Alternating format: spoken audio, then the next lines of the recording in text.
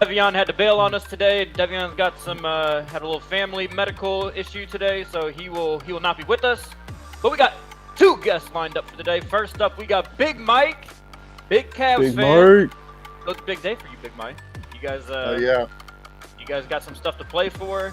I think, as I was reading earlier, all the four playing teams are set, but they could Yeah. all finish anywhere 7 through 10, depending on how the games go. You know, the Cavs got the Bucks, who look like they are not going to play anybody worth a damn. No, they're not going to play any of their starters.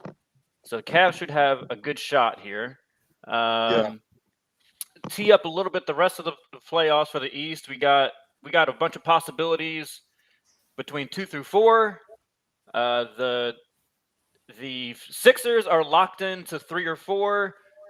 Milwaukee is locked into 2 or 3, and then the Celtics could be as high as 2, as low as 4 today. So a lot of good stuff to watch for the East. I'll go a little deeper into those scenarios once we get there, but let's start with the playing games, Mike. Your Cavs. What do you expect? Like, are the Cavs for a long time were as high as like 4 and 3 during the season? They've kind of stumbled. Yeah, high as 3. Stumbled a little bit during the stretch, but I'm really happy with the season we've had this year. Of course, late in the season with injuries, to our two outstanding big men, and Jared Allen and Evan Mobley. Hopefully, we get Jared Allen back by the play-in game. After he broke his finger last month, so wait and see on that. Then I think Mobley came back yesterday, I think, right? Yeah. Or 2 days ago, something like that. Yeah, and first winning season without LeBron, so hey, that's a step in the right direction. Hey, it's a big accomplishment for the Cavs, right? It really is.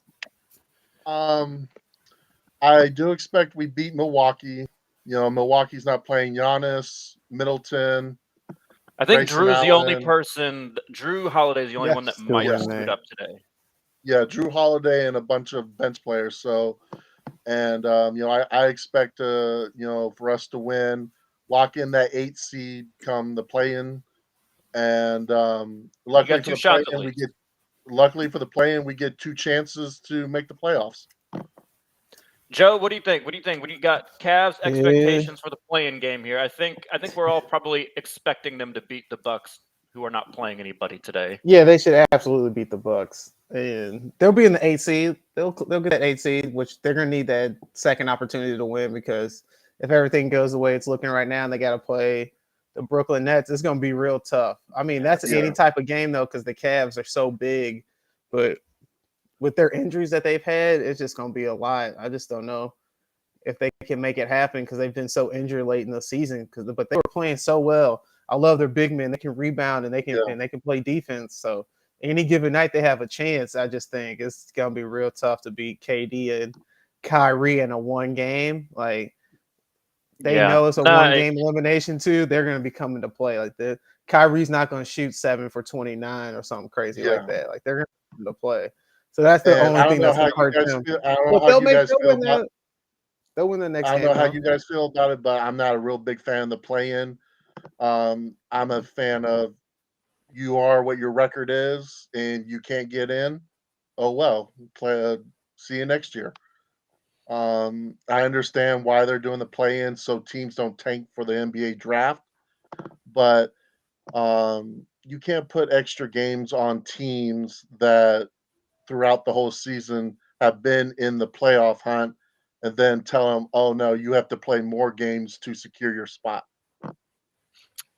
I'm personally fine with it. At the end of the day, the number of teams that make the playoffs is arbitrary, no matter what. Yeah. Like, you're saying, okay, it's been 8. You could say it's 6. You can say it's 4. You can say it's 5. It doesn't really matter.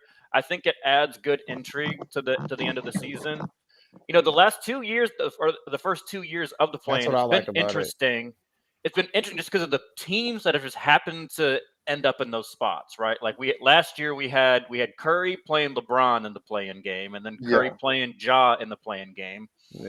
This year we're gonna have KD and Kyrie in there, and to me, like, the Cavs are like a perfect team for a play-in situation in most years. Like a young team with a lot of budding young players. that like say the Cavs had Playoff been in this like experience. that 9 seed all year, they get a little taste of the playoffs. Like I like Yeah, that. Like the Hornets got some that last experience. year. I like seeing that. The Hornets shit the bed last year, but I think it's good for the game. I think the Cavs are in such a tough spot with like the teams that are going to be in the play-in with them Yeah. because Me personally, I would like to hold on to the 8 seed. And even if we do lose to Brooklyn, that first playoff play-in game, we still have a chance. We got to either beat Atlanta or Charlotte, which I feel more comfortable in, Yeah. in beating because they've been inconsistent. yeah. Um, they've been inconsistent throughout the whole year as well. The And only thing that Atlanta sucks took a about that though real. is Trae Young in a all or nothing game. Yeah. That's one of the Go last off. guys that I'd want to see because Yeah, he's that's kind true. of I was gonna Yeah, say the same thing. That's is funny. very successful in those situations. But I mean that in it's going to be good for the Cavaliers. that Like case, I would like to play Charlotte. yeah, I think that's the matchup. But okay, so let's say we get into that 7-8 Brooklyn and Cavaliers. I think we all kind of agree. That's probably how it's going to fall. Who do you guys think wins that Charlotte and in Atlanta would be 9-10 game? Joe, I'll let you kick it off, Joe. But Man, who would this you pick in tough. that scenario? Because that's a tough one. This is a real tough one, and I'm only gonna take the Hawks because what they did last year. They've been in a situation. They know how to play in the playoffs, so that pressure is not gonna be much to them. The Hornets, they're still so young. They're a good team though, and I can see them winning this game. It could be a toss up, but like you said, Trae Young in a win or go home situation, I think he's gonna be lights out, and he knows that pressure is like from last year and doing it in the Garden. So I'm gonna have to take the Hawks on this one. Mike? I want to take the Hawks too as well because obviously, like you mentioned, Joe, the playoff experience, getting to the Eastern Conference Finals last year, and Charlotte, good young team. LaMelo and Mikal Bridges, future rising stars in this league. I just think right now, I think they're a year or two away. Charlotte is from really making some noise with how much talent they have on their team. Yeah, man, it's a tough one. It really is. There's Two something good about me teams. that doesn't trust. I don't trust really either one of those teams. The person I trust most in that game would be Trae Young. I think the next like 2 or 3 players I would trust though are all on the Hornets. That's kind of what's Fair. tough for me. Like I would then Yeah. probably trust LaMelo, and then Terry Rozier's had deep playoff runs in his past. Don't say it. That's a tough one. Like that's a Yeah. tough Gordon one. Hayward has had playoff Yeah, experience. yeah. Like they probably have more collective years and games on their team, but True. Trae Young is just Ice Trae comes out. I mean, what are you gonna do? You know. No, But I okay, do so agree with that. It's just you got to find a secondary scorer with Trae Young, and Yeah. lately, especially last year, looking at the Eastern Conference playoffs, Boban Bogdanovic was supposed to be that second scorer, and he kind of, choked last year in the Eastern Conference Finals. So He did. Trae Young's going to need like a secondary scorer to, that's why they've been so inconsistent because it's been all on Trae Young, and you got to have, they got too many players to do the same thing, and yeah, they haven't gotten into a rhythm. The chemistry isn't there because Mm-hmm. one night it's Gallinari, one night it's Herter, one night it's Bogdanovich, one night one night it's DeAndre Hunter. They have so many guys that are very similar that I feel like they haven't really established roles on that team. Honestly, Joe and I talked about this before with Devion. The one person that it should have been, they traded to the fucking Knicks for nothing. Cam Reddish seemed to have the most potential out of all of them, and they kicked him out. But it's starting to be a trend with Cam now because he didn't really get in where he fit in with New York. So Yeah, he doesn't put in the work. and he honestly had that issue a little bit at Duke when he was with Zion and RJ Barrett. So a little concerned there. But anyways, let's move on to the top 6. So let's run down the East real quick. okay. Heat locked in the 1 seed. Mm-hmm. Heat Nation. Bums. Now 2 through 4, we mentioned earlier is influx, but Toronto will be the 5, and then Chicago will be the 6. Now here's the scenario for 2 through 4. If the Bucks do win tonight, they are the 2 seed. Nothing anybody can do about it. If the Bucks were to lose and then the Celtics were to win, and the Celtics play Memphis, and I think Memphis is going to play because I think they want to get Ja another game Memphis of play. some reps. Yeah, So if the Celtics were to win with the Bucks losing, then the Celtics would move to 2, Bucks would be 3, Philly would be 4. Doesn't matter. Now this is where it gets really interesting. If the Bucks win, Celtics lose, and Philly wins, Philly would go to 3. Boston would fall all the way to 4, and then would play Toronto in round 1, which we know that Boston has, I think they said at least 2 key players who are unvaccinated who would not be able to play in Toronto. Marcus Smart wouldn't be able to play. Is Marcus? I don't know who the 2 are. They've been pretty hush on it. It sounds like Tatum, I think, has said he's vaccinated. I know some people have hinted at maybe Horford or maybe Jaylen Brown. I think Jaylen Brown has missed Jaylen Brown injury. May not be vaccinated yet. Because I know he's Muslim, and I know he a lot of different. He says things, but he does the Aaron Rodgers type thing. Yeah, he's real suggestive. Very, but doesn't say if he is. And also, they're missing Robert Williams first round there. Starting center, so that's going to hurt them a little bit. Who was a legit defensive player of the year candidate? Yes. Very quietly. Not a lot of people were talking about him, but he at least should have been in that conversation. Exactly. So, what I want to know from you guys first, and Big Mike, I'll let you kick this off. How do you see 2 through 4 falling after today? Well, like in general, the Eastern Conference this year in general has been really, really interesting because this is like the first year that all the teams 1 through 8 have been like 4 games of each other for the top seed. So this is like really a real toss-up. So after today, I probably would say Celtics 2, Bucks 3, and Sixers 4. All right, give it to me again. Who's 2? You got Bucks 2. So you think Boston's going to lose tonight? He said no, I got Celtics 2. Celtics 2, Bucks 3. Okay. All right. I like it. Joe, what do you got? I think the Bucks are going to lose today. I think the Celtics are going to lose today. So I think the Bucks are going to go 2 because I don't think the Celtics want anything to do with the Brooklyn Nets right now, especially with, like you said, with not their defense isn't going to be what it has been the last month and a half with Woods being out. So, and I really don't think they want Williams. Nobody wants to deal with the Brooklyn Nets. So everybody's going to try their best not to get into that 2 seed. But the Milwaukee Bucks don't care. They'll take it. They're the defending champs. I think they can handle it. They're not scared of. They're the only team in the East that's not scared of the Brooklyn Nets. So stop it. The Heat are scared.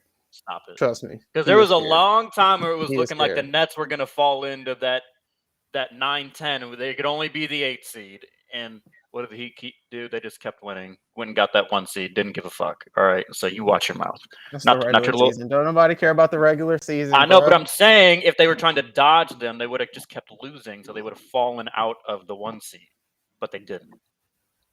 Because the Brooklyn Nets kept losing. No, but that's what I'm saying. There was a time when the Nets looked like they were going to be locked into the 9-10, which means they only could have been the 8 seed, which would have meant the 1 seed would have got them. Okay. So the Heat weren't worried about if it came down to today, they would be sitting everybody and they would take a L just so they want to get that 1 seed. Stop it. I promise you.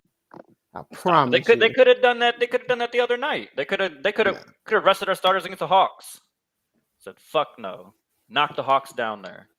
Bro, I can't wait for them to lose in the playoffs. But it really don't matter. I can't wait for the Lakers to lose in the playoffs. Oh wait. My bad. Y'all won't be there. My bad. Nope. 11 seed fucking Lakers. They're in Cancun right now. 1, 2, 3 Cancun. I don't even know what to say.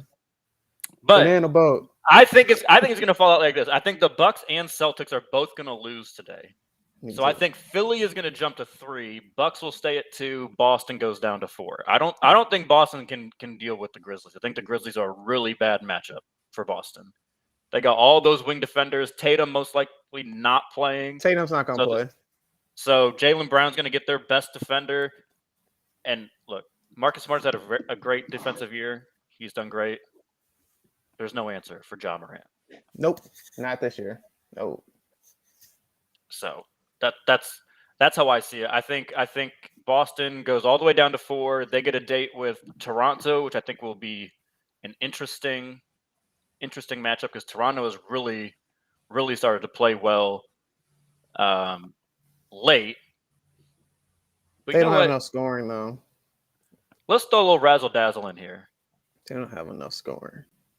Carl. Oh, hey, what's up? My buddy. Flexing a little bit out there with the scenery. Okay, I see you. And the shit straight flexing. He came out here straight flexing on us. We all got white backgrounds, all dull and boring. I told Carl he would only join us for the West, but you know what? You can talk a little East. You watch some basketball. How do you see 2 through 4 playing out today, Carl? So in terms of who ends up where? Yeah.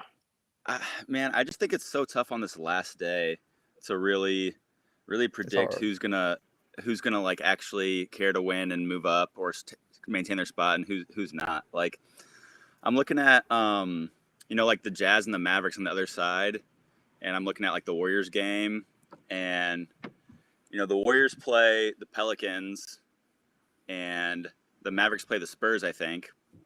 Mm-hmm. And both those teams, the Pelicans and Spurs, have been playing hard every game to make sure they get as high as they can in the seeding for the play-in. But now today, they're already cemented. So, like, if the Warriors want to win, I think they have a free one. If the Mavs want to win, I think they have a free one.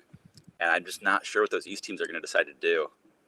Well, the Bucks are sitting everybody. The Bucks play the Cavs, who have a lot on the line. Yeah. Boston is playing Memphis. Ja in his second game back. I think Memphis wants to play, get him some more reps. The only thing that worries me about that one is that Memphis played last night, so I don't know how much they would push him on a back-to-back. Yeah, that's the only thing that's kind of dicey there. But Tatum looks like he's not playing for Boston.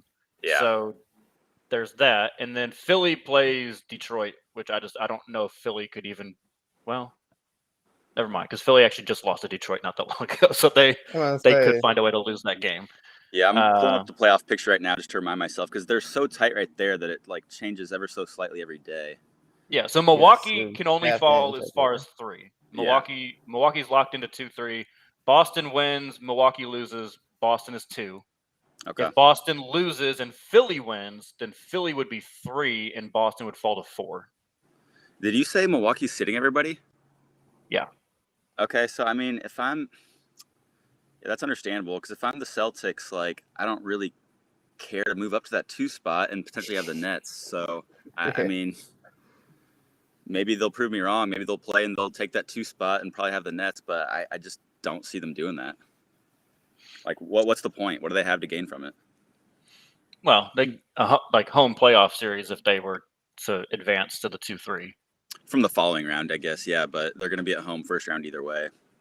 Yeah, yep. I don't know. It's tricky.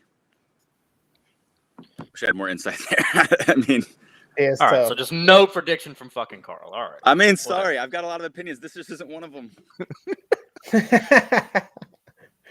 All right, Big Mike, before we move on to the West, I want to know your last and final thoughts on the Cavaliers season from 2021-2022. Overall takeaway. What's your outlook for 2023? I think we all kind of would agree that this is probably not the year that the Cavs win a championship. No. What's your outlook for the next year?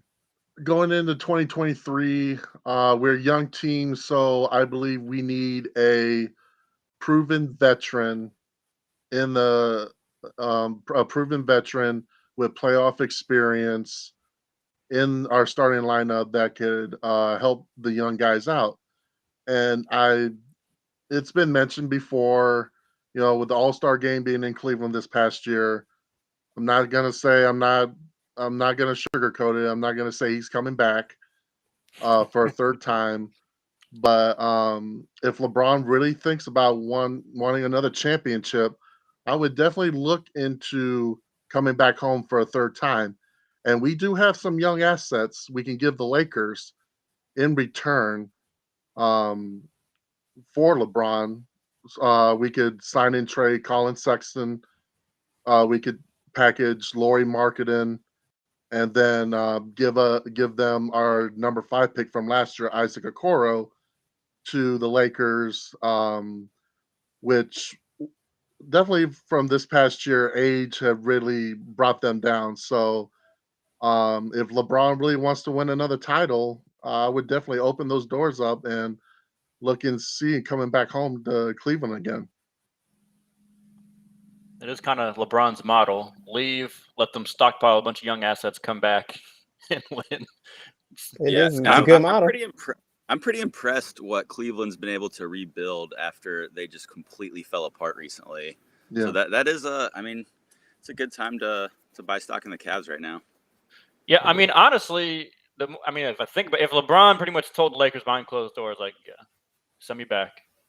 Like, if the Cavaliers offered like Sexton, maybe one of Mobley or Allen, and maybe It would like a have to pick, be one of them. like, yeah. like if you're the Lakers, why would you not do that?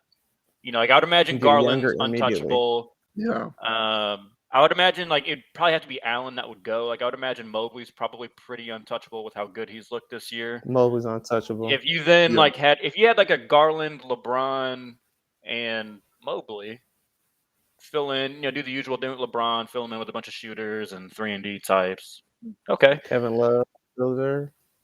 Kevin Love is still there. John Hollinger wrote the most blasphemous case for Sixth Man of the Year for Kevin Love, averaging like 12 points a game or some shit. That's crazy. Yeah. All right, Mike, before we get you out of here, I need your finals pick. Who's going to beat who in the finals? My finals pick for this year, I would say, like I said, the East is going to be a dogfight. It's either going to be Miami. It's either going to be Miami or Boston coming out of the East, because I do not trust Philly with James Harden and his injuries the past 4 or 5 years. I don't trust Harden with his injuries. Toronto, they're young. Toronto's young.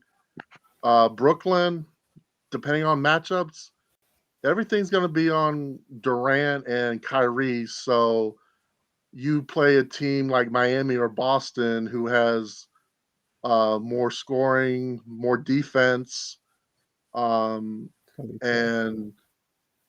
you know you could as long as you play decent defense, you can beat Brooklyn. So like I said, I would say looking at the East, I would say I would take Miami because of their championship pedigree. They were just not too long ago in the finals 2 years ago. 2 years ago. With almost the exact same team. I really enjoy the pickup of Kyle Lowry. You know, it takes less pressure off Jimmy Butler on ball situations. So they actually have a real true point guard with championship experience too as well. So I'm going to say it's going to come down to Miami and Boston. And in the West, it's going to come down to Warriors and Suns.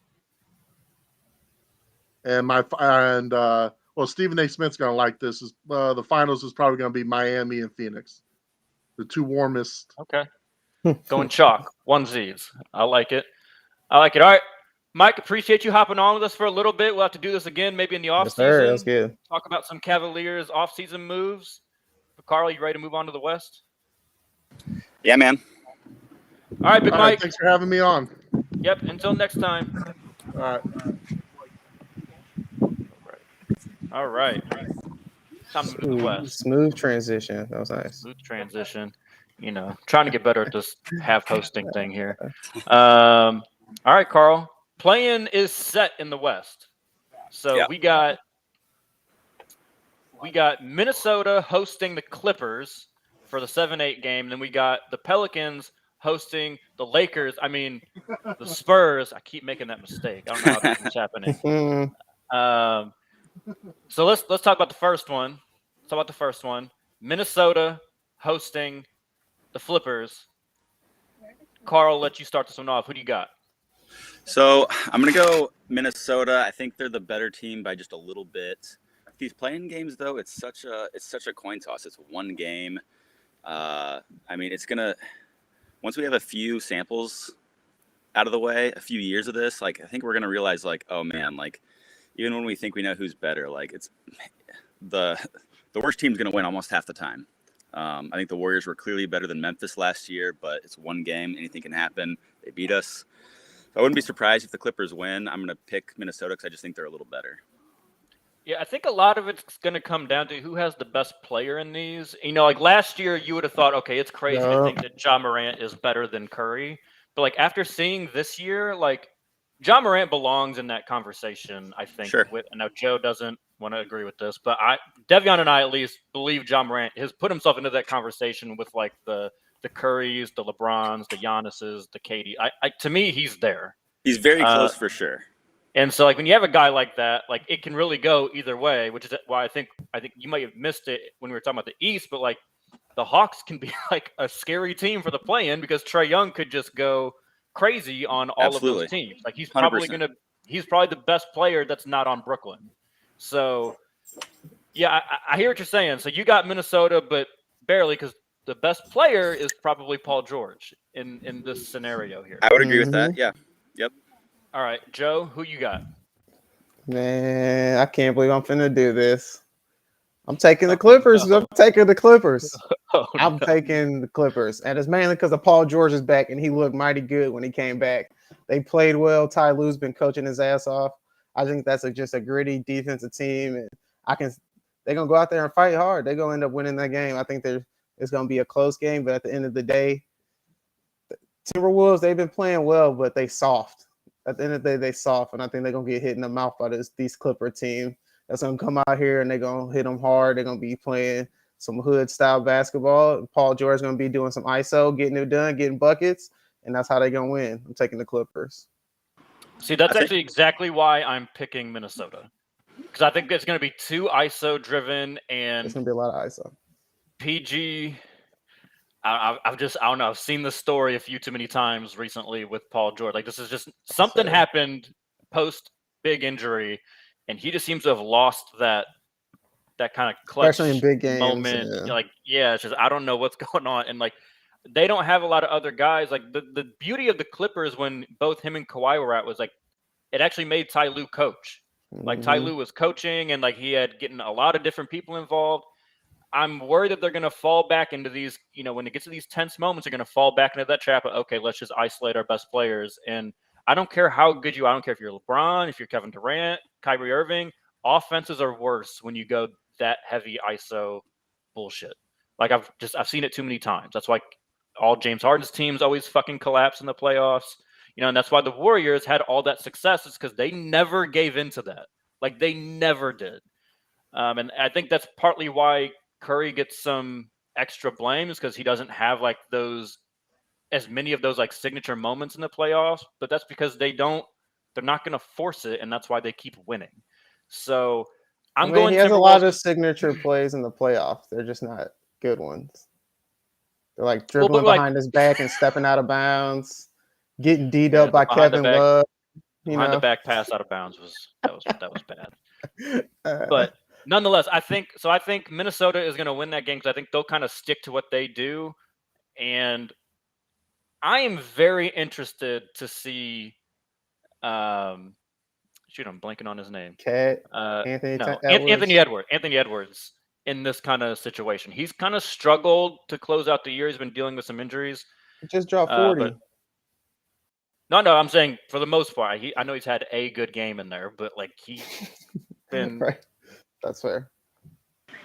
He is a really interesting player that I think is going to be one of those guys who is just fun to tune into and, like Will said, see what he does. It's kind of like how I think probably most of us felt about Ja last year. Like, okay, let's see what he looks like in this moment. And now I kind of feel the same way about Anthony Edwards this year, where I don't know if he's going to get to Ja's level, but I'm excited to see what it looks like. Yeah, I'm excited to see if he can. Let's talk about the other game. The Pelicans hosting the Spurs. The Pelicans have been playing up much better since they traded for CJ McCollum. Joe, I'll let you kick this one off. This one to me is a coin flip. Is tough. Yeah, this one's tough. This is definitely a coin flip. Oh, man. Durante Murray hasn't been consistent enough for me in the second half of the season. I'm gonna take the Pelicans because I think CJ McCollum, Brandon Ingram, those guys are gonna be good enough to get it done. I think CJ McCollum's been there, done that. He's gonna have that experience to make sure all the young guys on the Pelicans can handle this game.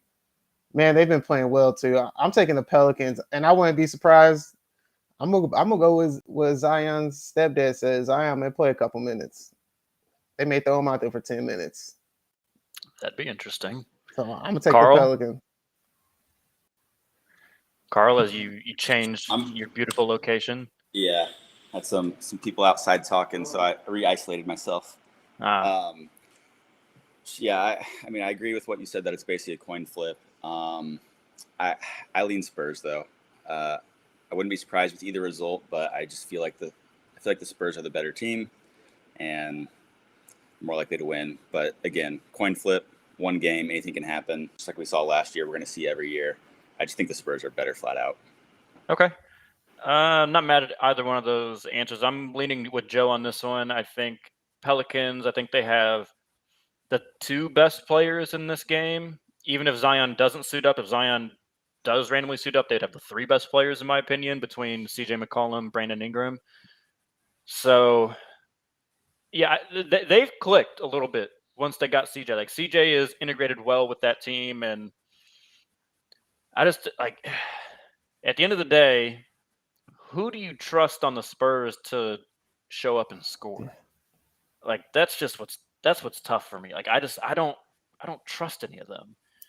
I mean, maybe it's because I just haven't watched them closely enough this year. I'm not going to sit up here and pretend like I watched 50 Spurs games. I hope not. I probably watched like 4 or 5. I'd really like DeJounte Murray a lot, but like he's an inconsistent scorer. He'll rebound, he'll pass, he'll do good things in this game. He'll defend, but I'm going to go with the guys that I trust a little more, and that's CJ McCollum and Brandon Ingram. Okay. Now, you bring up a really good point too. One thing that's easy to forget because this is like basically the playoffs now, but both these teams just aren't good. So that's part of what makes it tough too, is we're like, we're splitting hairs about who's better. They're both bad basketball teams that don't deserve to be in the playoffs.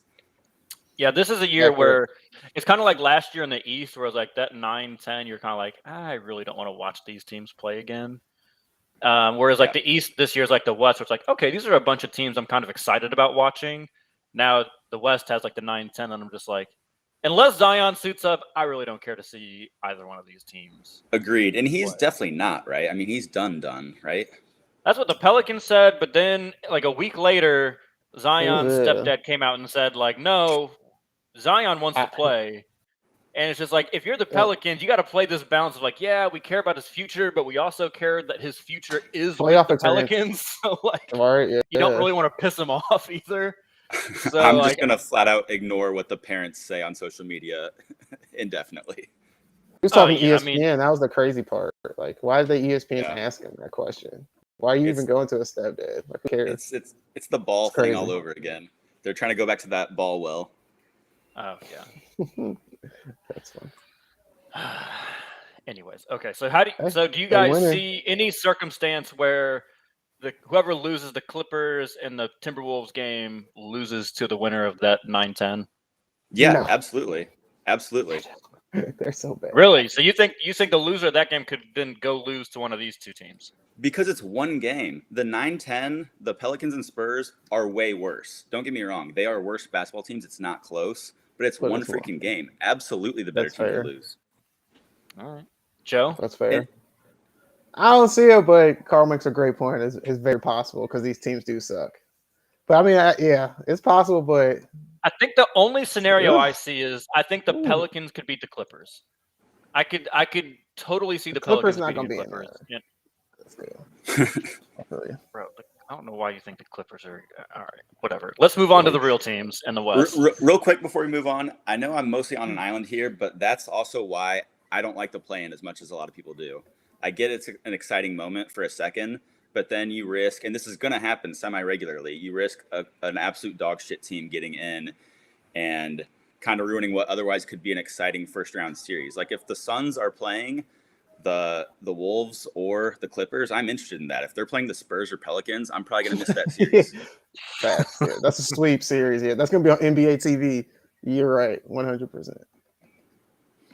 I still like the play-in. I do. agree that I would. I do. I like not- it for the day. I would It's prefer great. not to watch the 1 versus 8 if it's going to be the Pelicans or the Spurs, but I just don't think I'm ever super interested in the 1-8 games anyways. So I'll take the 2 really exciting games, 3 really exciting games over whoever would have been the 8 seed this year versus the 1 seed. I don't care. I can't wait till we start gathering some actual data on like estimates about how much money the NBA might actually be losing, because they're clearly raking in a little extra money in this play-in. That's why they're so into it. But for example, like I would love to see the estimate about how much more viewership they would have gotten for a Jazz Warriors first round series last year than they got for Jazz Memphis, which, let's be honest, people weren't really tuning into. Okay. Yeah, but That's a good point. I would imagine Fluctuates though, probably. I would imagine the viewership number spikes that they get from the play-in games. What's up, Hannah? I think the spikes that they get from the play-in games is going to greatly outweigh, because you got to think that's 6 extra games that they're getting that are all do or die. Yeah. That like that just kind of situation. That's why football is so king, because all of their playoff games are do or die. Like they all are intense. So like you're getting that now a little bit in the NBA without having to go to a game 7 versus like still most times like 1 versus 8 is going to be like 4-0, 4-1 most likely, and just they're going to be low viewership games either way. Like last year was a pretty unique circumstance. But we have to stop saying that though. If we keep seeing teams that have Curry, Durant, all these teams in the play-in, but nonetheless, those guys are also going to make those one and done games even bigger. So there's that as well. But let's go to the seeding in the West. Carl, you talked about it a little bit earlier, but we got Phoenix locked into 1, Memphis locked into 2. The only seeds that are up for debate are 3-4 between the Warriors and Dallas, I think. And now the Warriors have a game on Dallas, but the Warriors have lost the season tiebreaker to Dallas. So if the Warriors were to lose and Dallas were to win, they would get the 3. Then the other one is Utah and Denver for 5-6. And I believe that's a situation where if Denver wins and Utah loses, then Denver jumps them. So, Carl, I'm going to start with you. I want you to take your Warriors fan goggles off for this one. How do you see those 2 situations playing out? So I think Golden State and Dallas both really do want that 3 spot, and I don't think they're going to get any resistance today because, like we said a minute ago, their opponents don't really have a reason to win today when they're getting ready to have to do the play-in. Like they're about to jump straight into the play-in. I think they can afford to rest today and give it their all in the play-in. So I think most likely the Warriors and Mavs both win today. The Warriors stay 1 game ahead and solidify the 3 seed most likely. And then, correct me if I'm wrong, but I think the Jazz and Nuggets, who could switch hypothetically at 5-6, are in a similar situation where they're playing like lottery teams. The Jazz play Portland, and the Nuggets play the Lakers. Yeah. Come on, man. So I think 3, 4, 5, 6, as fun as it could have been, I think they're all just going to stay where they are right now. Yeah. No, I would agree. Joe, you got any qualms with that? Jazz are losing today. The Jazz are going to lose to Portland. How? They're going to lose today because the Jazz are terrible. Jazz are going to lose today. Asking how? Actually, yeah, they do. They are. They're just going to lose. I heard this stat. Was it earlier this week or last week where Donovan Mitchell passes Rudy Gobert the ball 2.1 times a game?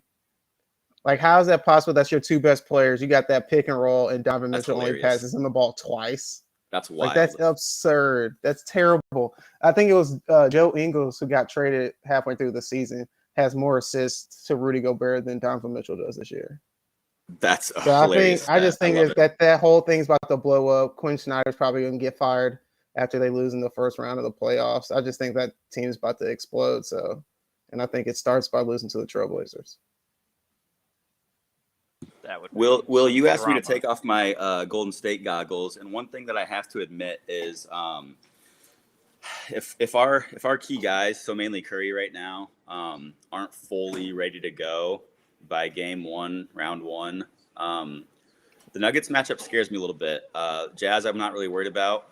All right. Either Well, way. hold on. You're Perfect you're like segue. reading my mind here. Perfect segue. Perfect segue. Who should the Warriors want in round 1, Carl? Utah Jazz. Absolutely. Definitely want the Jazz. I mean, we just beat them without Curry. Obviously, it's one game. I'm not going to put too much stock in that. But Yeah, that was like a 20-point collapse by the Jazz in the fourth quarter. That was hilarious. Which they keep doing. So, yeah, the Jazz are a team that should be good, and they just aren't.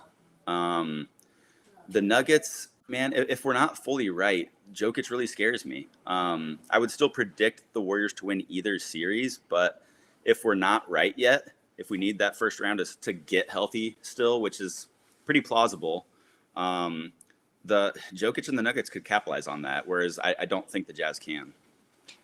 Big time. Okay. I mean, you guys can neutralize Rudy Gobert. That's easy to neutralize Rudy Gobert. Warriors have nobody who can stop Jokic. Like, absolutely nobody. Draymond Green, when healthy, can't even do it. You have no big man, so he would just eat up. He would die. I think that you guys could lose that series in 6 or 7. If we're not right, absolutely. Yeah, and honestly, healthy, I think you're being a little generous when you say neutralize Rudy Gobert. We freaking exploit that big lumbering idiot that keeps winning Defensive Player of the Year, and then we just make him look so stupid every time we play them. I'm always for the anti-Rudy Gobert Defensive Player of the Year future propaganda. Hall of Famer. I'm all for it. Oh, Joe. It's facts.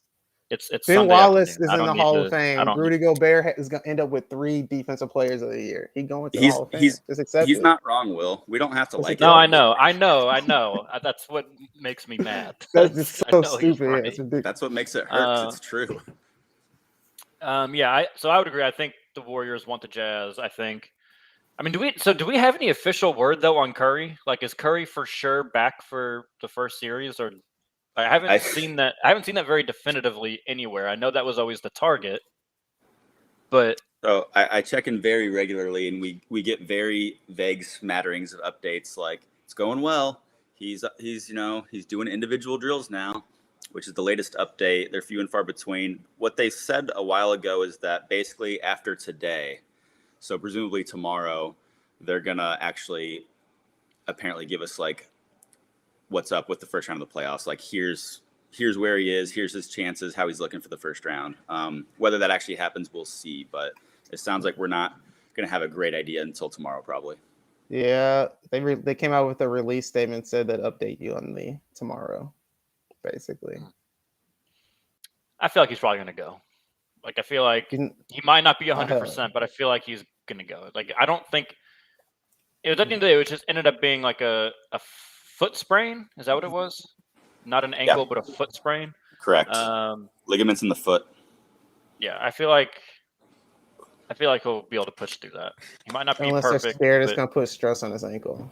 If they're worried about his ankle at any part, you're not playing. Yeah, and that's the thing. Like you said, Will, I think he's definitely going to play. We just don't know how right he's going to be yet. And against the Jazz, I don't really care as long as he doesn't aggravate it. Against the Nuggets, it makes me a little nervous if he's not right. We'll see. Yeah, I mean, the interesting thing there is just like the Nuggets. Who's going to guard? The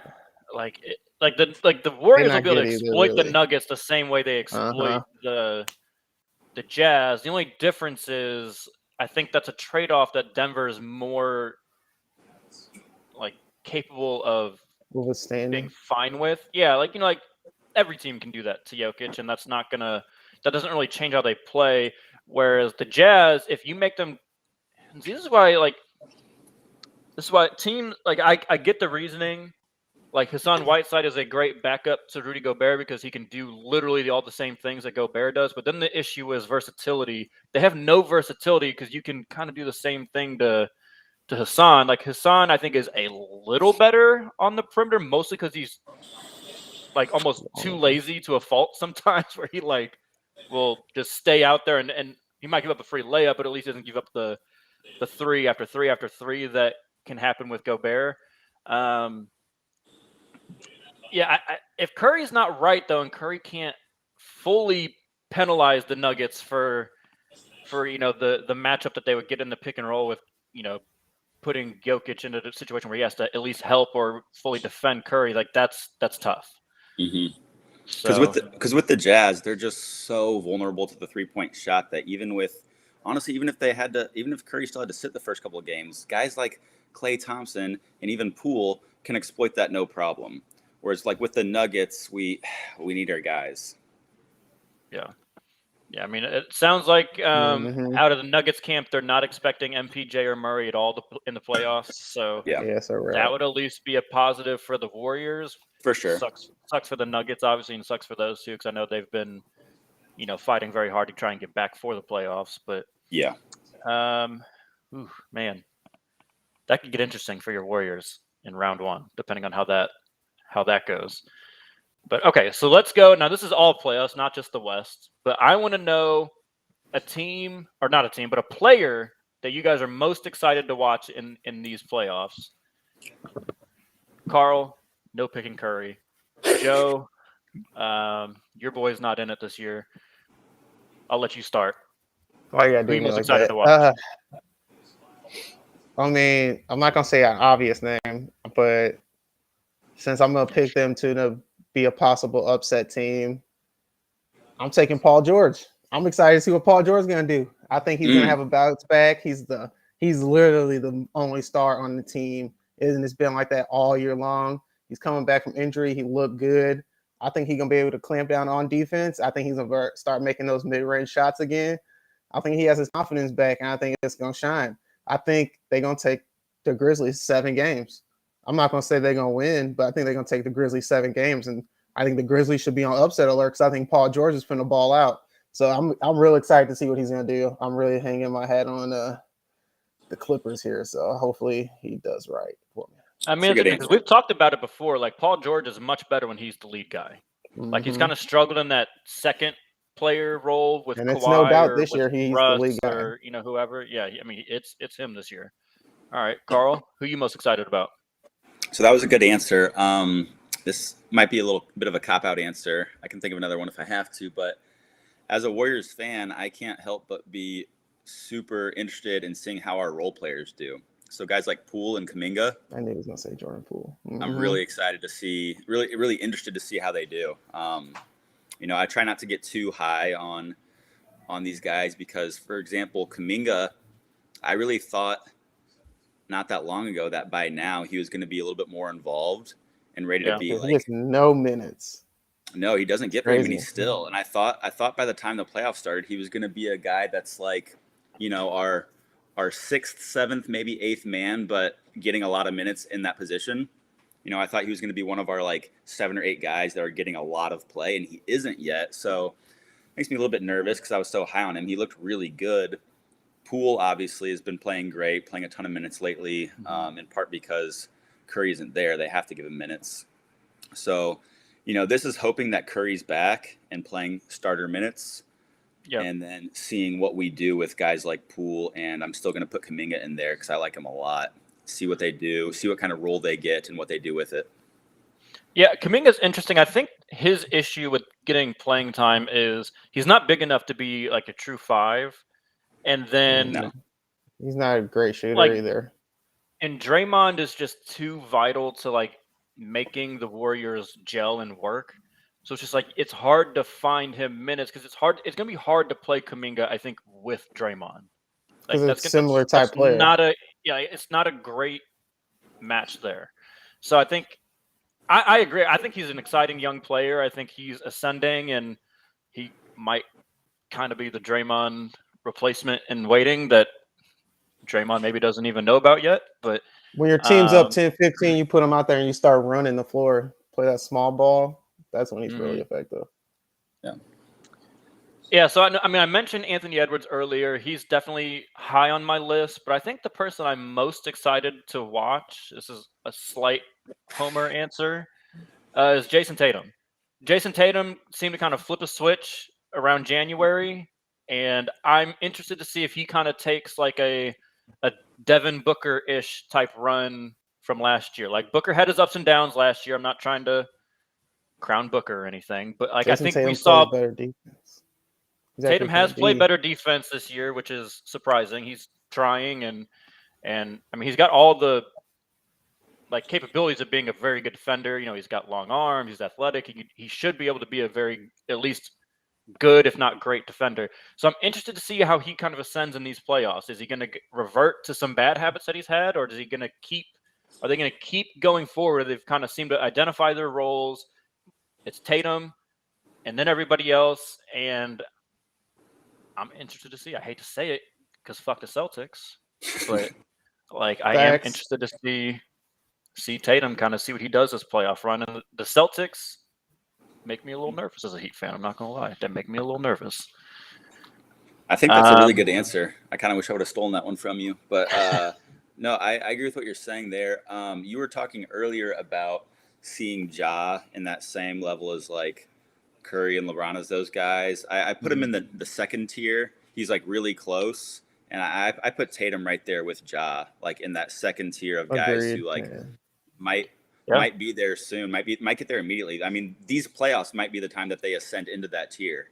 Kind of like last year's playoffs is when we went from recognizing that Giannis was, or at least the three of us, I think, went from recognizing that Giannis was among that group to being like, oh shit, this is the best player in the world now, actually.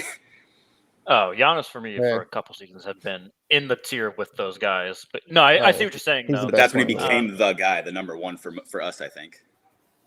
Yeah, I think Giannis, he got all the validation. I think that's what the playoffs does. Playoffs kind of validates. Maybe okay. I think Ja and I'm not quite there with Tatum yet, but like if you want to say Tatum, like I think that they might be in this, and then if they do it in the playoffs, you're like, yep, validated. Like removes any doubt for me. That's what happened with Trae Young last year. Well, and that's partly why I wouldn't even put him all the way up there. I'm not quite as high on Ja yet as you are. I mean, I think he's right there. He's right behind those guys. It's really close, but he hasn't done anything in the playoffs yet. I agree. No, he'll definitely get his chance to see. All right, that was all very nice and happy. let's bring a little doom and gloom to somebody. Put somebody on upset alert. Non-Nets opponent. All right. Yeah, because that's all. Fair. Because that's the easy cop. Like, whoever gets the fucking Nets in round one. Like, yes, I know. We all get it. We all know the Nets are a scary team for anybody playing the first round. Joe, I know you kind of had a team in mind. Yep. It sounds like you're going. I'm sticking with it. Yes. Grizzlies on upset alert. They better be careful. I really think the Clippers match up well against them. They have pretty much the same kind of role players that the Grizzlies have. They just don't have Ja Morant, but they got Paul George, and Paul George is getting healthy and he's back to play. He's not going to be able to be what Ja Morant is, but I could easily see him putting no points in Ja Morant. It's not like Ja Morant's out there scoring 30 every night. I mean, you just gotta keep him from doing highlight plays, and you can probably control the Grizzlies a little bit in a series. Like it's one thing when you play Grizzlies one night and they running back and forth up and down the court because they're young. But when a game slows down and it's a 7-game series, those veteran guys are the Clippers who've been there, done that for the last couple years in the playoffs. They may know how to handle these young boys and slow the game down and be savvy. And I'm not saying the Grizzlies gonna lose, but it's definitely I'm saying it's going 7. Like it's gonna be booty cheeks gonna get tight. It's gonna be close. It's gonna be real close. I'm telling you, watch out. I'm telling you. All right, Carl, put somebody on upset alert. So I assume we are just talking about the first round here. Yeah. Yep. Okay. So, yeah, that would have been my pick as well. That's what I would have said. I think all great points. First of all, you got Minnesota playing the Grizzlies, based on your previous answer. True. Yeah, but again, it's a coin flip. I think it's about 50-50 for the first round. That's just who I pick because. So you're saying no matter the opponent of those two, you're putting Grizzlies on alert. Yeah, and like he said already, I think I'm not saying they're gonna lose, but it's one that I could definitely see happening for sure. Shit, man. I guess the next one I'd have to probably go with is the Warriors. The Warriors are a team that I can see. I'm very optimistic. I'm choosing to be very optimistic. I think they could make a very deep run. I think they could go all the way to the finals. I think they could win the whole fucking thing this year if they're right. But at the same time, man, they could get bounced in the first round by Jokic. It could happen. Yeah. The reigning MVP could do that to you. All right, I disagree with both your answers. I think both of those teams win in 5, no matter who they're playing. And that is once again, we already covered it earlier, but just to stamp it in again, that's only if they're playing the Nuggets. I'm not fucking scared of the Jazz. Right. Understood. No one is. The Jazz don't. Well, the Jazz fans might think people should be scared of them, but no one in reality. Everyone's kind of praying that they get the Jazz, I would imagine. Yes. Okay.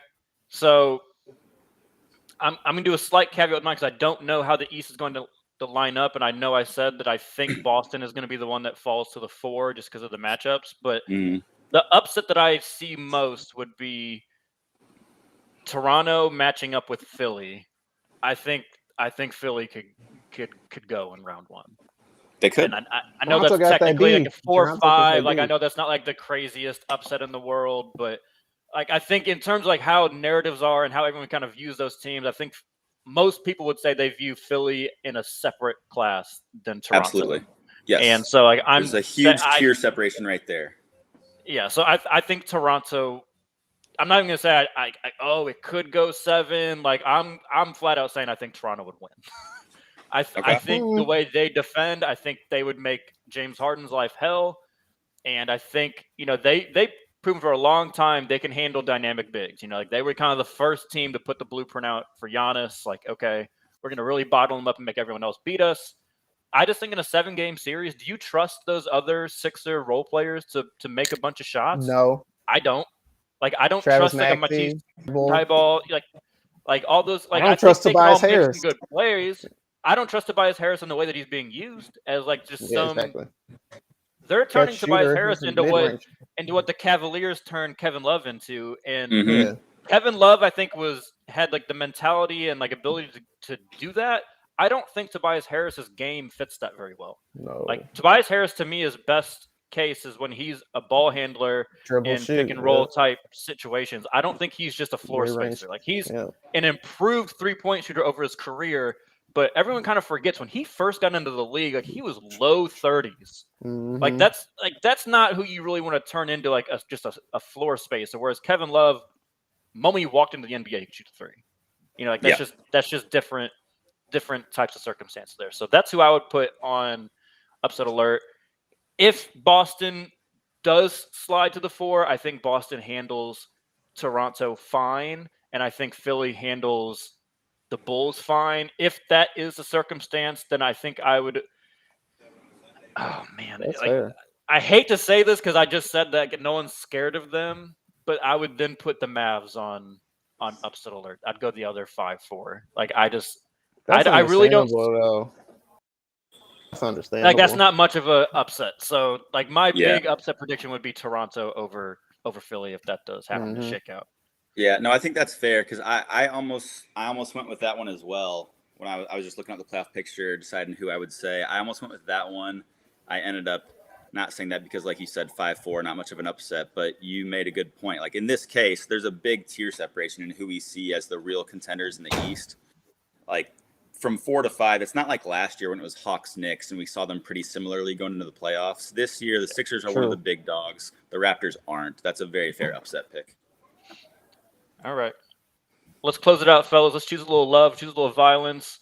Carl, save you some time to choose love or violence. Joe, who do you got? I'm in a loving mood, I guess. I'm going to choose love.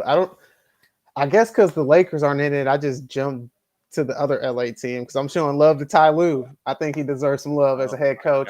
I think a lot of people gave him disrespect and said that he wasn't really a good head coach. He just has superstars. He kind of lets his superstars do his thing and he sits back.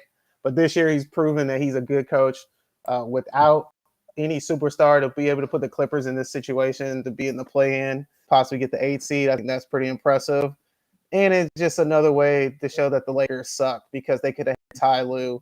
But instead they went with Frank Vogel and because they didn't want to give Ty Lue more years, which was pretty ridiculous. And now you look at Frank Vogel with the talent he had and he wasn't able to get the Lakers at least into the 9th seed. It's just straight pathetic. So I think Ty Lue deserves some respect, and I can also smooth the Lakers at the same time. So I'm showing love to Ty Lue. I don't think it's Frank Vogel's fault that they put together one of the worst constructed rosters Okay, but he still has some. He still nonetheless. has some good players on that roster. He should have put. He's a defensive coach. They should have been better defensively.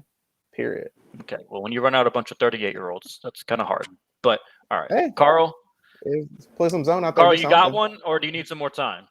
I got one. I choose violence as usual. All right, violence.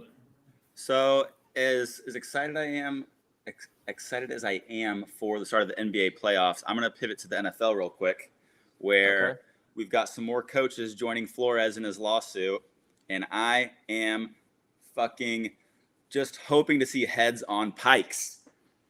Yes. We all know what's happening. We all know what the deal is. The NFL always manages to weasel out of their own BS.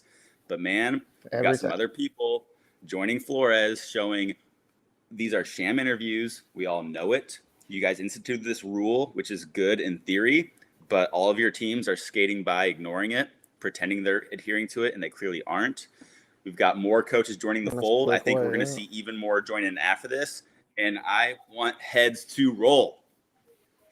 Yeah, Stephen Ross, your days are looking numbered as the owner of the Miami Dolphins, because apparently Flores memo, or I think he put in basically into a memo when Ross asked to pay him to lose games, and so apparently he put that in a memo, and then Flores, just to make sure that it got around, he sent it to Chris Greer and he sent it to all these other people. So Flores, smart guy, was a young guy as a head coach, but he was smart. He said, "Okay, yeah, I'm gonna make sure I document all this shit for when this potentially goes wrong in the future. When I don't get my second chance."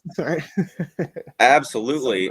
I mean, the moment your freaking owner offers to pay you to lose games, you see where this can go, and he was like, "I know what can happen from here. I'm freaking documenting this." At the worst time, too, you have a team in in Vegas. Like you're putting all these deals together with FanDuel and gambling companies. You're sending them all your analytics so they can do this, and then you find out your owner may be paying people to lose. Like that's not a good look at all. That's terrible. You know, it's been an mostly exciting offseason for the Dolphins lately, but it'd be even more exciting if they got rid of the piece of shit owner. Last time I seen a team sign all these free agents, it was the Philadelphia Eagles. First of all, no, it's not. The last time you saw it was the Rams, and they just won the Super Bowl. No, they didn't sign a lot of free agents. They traded their picks. They traded their picks. Well, that's different than signing free agents. But that's exactly what the Dolphins did. They didn't sign Tyreek Hill. They traded for Tyreek Hill. I guess that's fair. They signed a lot of people too, though. They signed 2 offensive linemen of note. Who am I thinking of? And then a couple of running backs. I don't know. They signed Chase Edmonds. They signed Mostert. They signed Teron Armstead, and they signed Connor Williams. Those are like the big names that they signed. Else. And to be clear, and what I just mentioned with this lawsuit, I'm not only rooting for the Dolphins to get fucked here. I'm hoping that. Oh, it should be the whole NFL. The Dolphins are just the team that happened to employ Flores, but they're all doing it. Exactly. This isn't just about the Dolphins. Like, there's a lot of this shenanigans going on that I hope.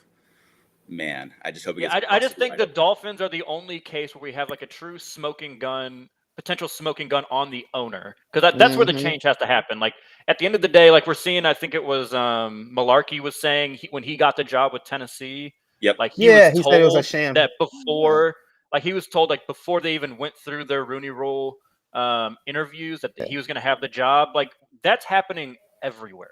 Yes. So was it Ken Norton that was getting interviewed? Ken Norton was getting interviewed, was it? And then he was like 2 hours later, Malarkey got hired. Well, and don't forget, you got at least way more than 2 hours. Like, come on. Right. Yeah, don't forget a big part of this Flores thing. It's not just about the Dolphins; it's about the Giants. When Bill Belichick accidentally texted him like, "Congrats on getting the job, Brian." Yep. Oh shit, wrong Brian. My bad. How they had done the same thing that you just mentioned Tennessee doing, where they already told what's his face, Dable, he's going to get the job, and they hadn't even interviewed Flores yet. Yeah, I mean, it's a couple different things going on. We've got that situation with the Giants and Tennessee, and then the Dolphins using stereotypes to basically slander Flores' name to making it an excusable fire. The new Washington Commanders thing where they didn't share their ticket revenue. Yeah. Like now you're holding So back yeah, from the now league. Snyder That's might cheap, be getting too. out too. Like Yeah, that, oh, yeah, they're not gonna play about their money. The money will be the first thing that happens. So what Gone. what you just said, Will, though, I'm glad you mentioned that, because that's the thing I've been wanting to rant about for a minute. I'll keep it short, but like the the freaking sports media, man, as they often do, like this is another case of them like really whiffing and holding a little bit of responsibility in a way where Flores gets fired, and instead of having the most obvious response of like, this is insane, this is one of the winningest coaches over the last 2 seasons, what the hell's going on here? Almost everyone in sports media is like, well, we have word that there was a personality conflict. His bosses didn't really like how he was handling Some things. BS. And then like a week later, they've all got egg on their face because those conflicts were not blowing games on purpose for money. Yeah, not illegally tampering with Tom Brady. Like Yes. these are the things that he's being labeled as a bad personality. Like Yes. it For drives me following the nuts. rules. Because, So Right. fuck all those reporters too. yeah, and yeah, yes, Agreed. like especially Adam Schefter, you've had a rough month or two. I hate that freaking Like- guy, man. Hey man, he just got paid. That's why though. I should have ESPN chose. just paid I him should the have chose big bucks. violence on Adam Schefter. I am gonna choose love. I'm showing love to Tiger. Tiger Okay. back out there, first round of golf in over 500 days. I never thought he'd golf again. Ooh, After he looked good car that first day. accident. He Shattered, looked good. that shattered his first day. leg. Good first day, 1 under. I thought he dealt with the conditions on Friday fairly well. Went 2 over, but was still within striking distance yesterday. Didn't go very well. But I think it's just amazing he's out there playing in the Masters, making the cut. We saw big names like Brooks Koepka missed a cut, Bryson DeChambeau missed a cut. Like they all don't have any excuse. They didn't just fucking shatter their leg a year ago. Right, exactly. So Yeah. I think it's great that he's out there. Excited for the playoffs, though, fellas. I think this is gonna be a fun year. Yeah, you 40 guys games never and asked 40 me nights. how I thought the playoffs were going to pan out down the road. Oh, I mean, I just assumed as your Warriors, we expect your Warriors to keep advancing. You might want to hop back in later. But Okay. if you want to give a prediction now, go for it. Floor is yours.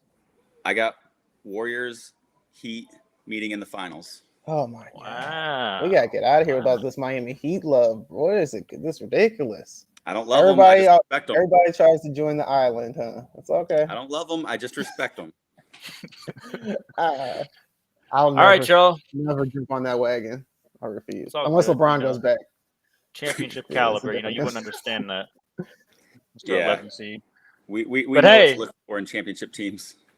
Sorry. But hey, you know what? LeBron now has that stat, though, that he's the youngest and the oldest to ever average 30 points a game. So successful season for you, Joe. Congratulations. I'm really happy Yeah. for you.